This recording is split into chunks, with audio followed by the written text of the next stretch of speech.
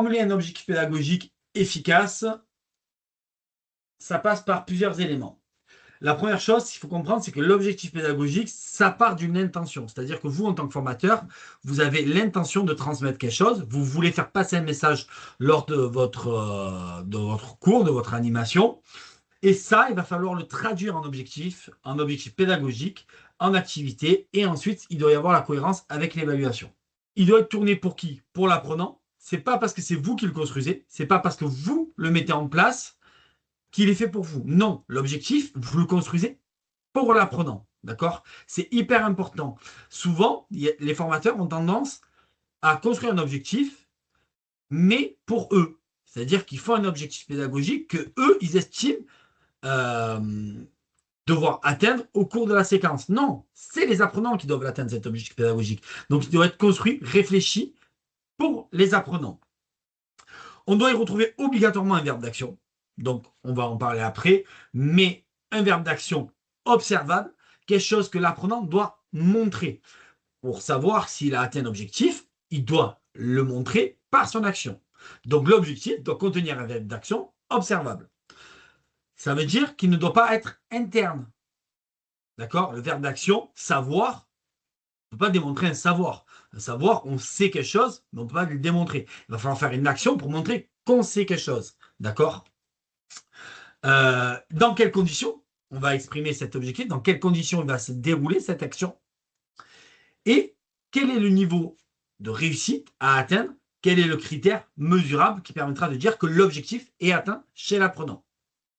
Beaucoup de stagiaires FPA ont tendance à écrire l'apprenant sera capable de.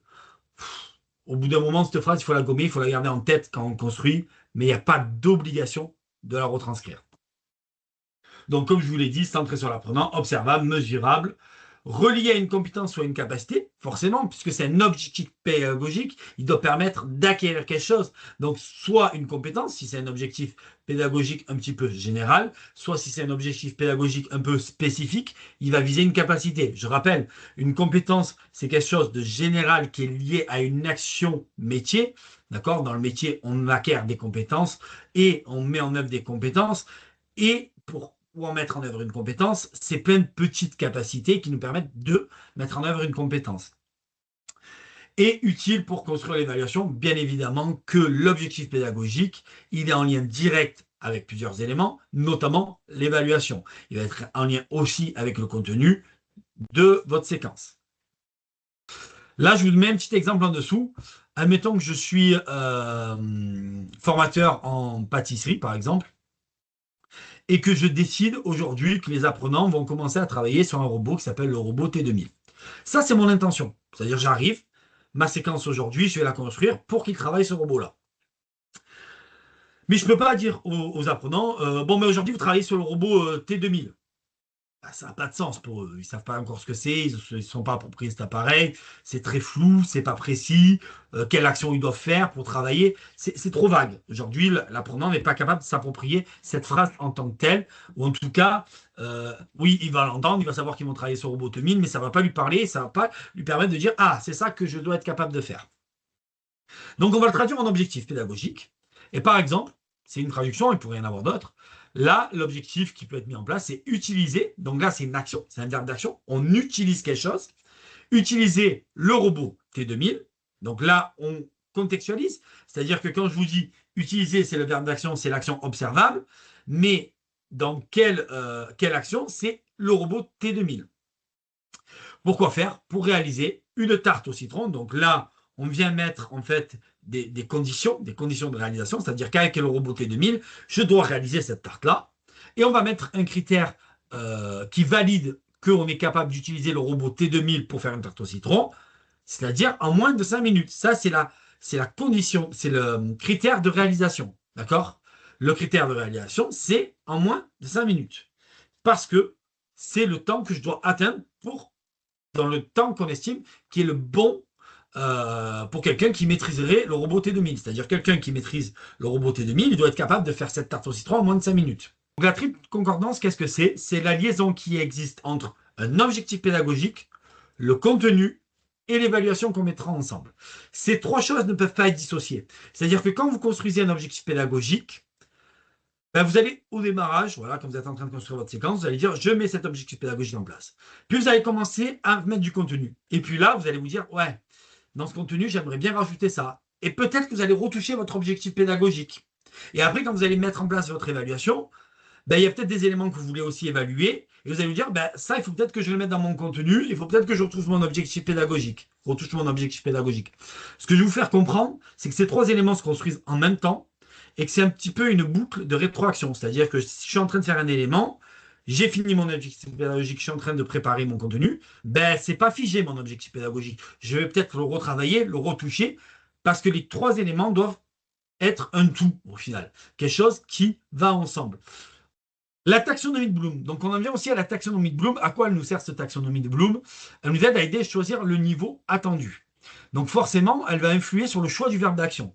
C'est-à-dire que le verbe d'action qu'on va choisir, lui, il doit permettre d'atteindre un niveau. C'est-à-dire que quand on met l'objectif pédagogique en place, on demande aux apprenants de travailler quelque chose, et cognitivement, ça va mobiliser plus ou moins plus ou moins de ressources cognitives pour l'atteindre. Plus on grimpe sur cette échelle, c'est-à-dire sur la taxonomie de Bloom, plus on va vers le niveau créé, plus pour les apprenants, ça va mobiliser plus de contraintes cognitives, concrètement. Du plus simple au plus complexe, forcément, mémoriser quelque chose, c'est moins compliqué cognitivement que concevoir quelque chose. D'accord? Donc,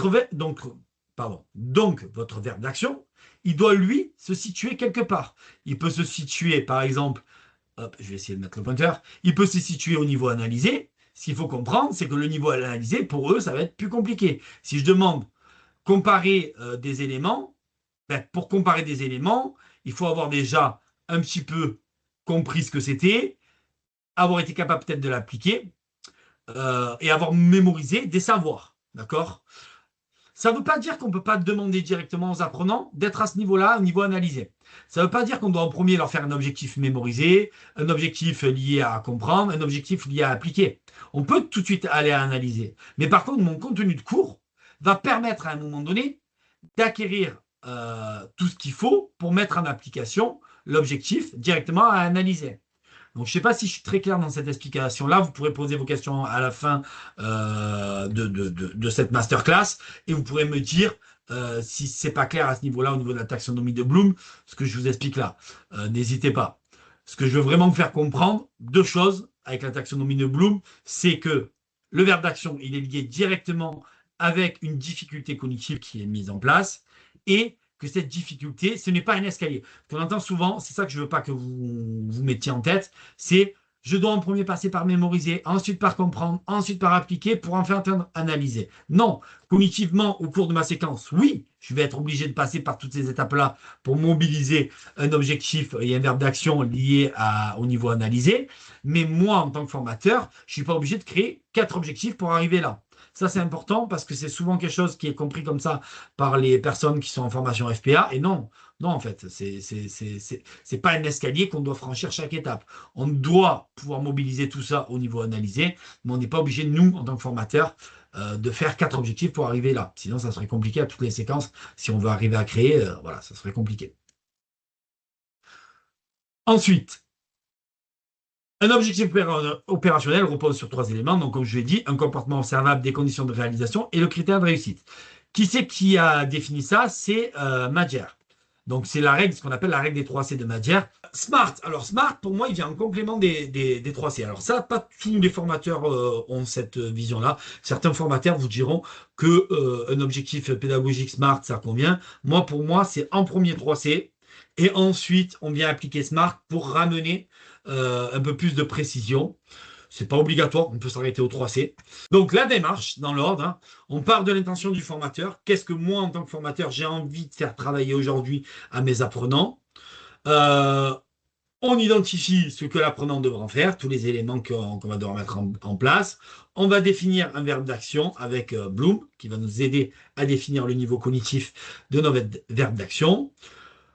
On décrit le processus et le résultat attendu, on précise les conditions de réalisation, on fixe les critères de réussite, Et on fait l'alignement avec l'activité et l'évaluation. C'est important, il ne faut pas l'oublier ça, hein. Vérifier l'alignement avec l'activité et l'évaluation, c'est là où vous perdez vos apprenants. C'est-à-dire que si vos objectifs et ce que vous mettez dans le contenu de votre séquence et l'évaluation, ça ne va pas ensemble, ben à un moment donné, dire, mais attendez, il m'a donné un objectif, on fait une séquence et il m'évalue sur autre chose.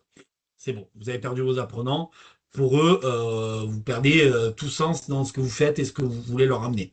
Donc tout ça, ça doit être vraiment aligné et, euh, et ensemble.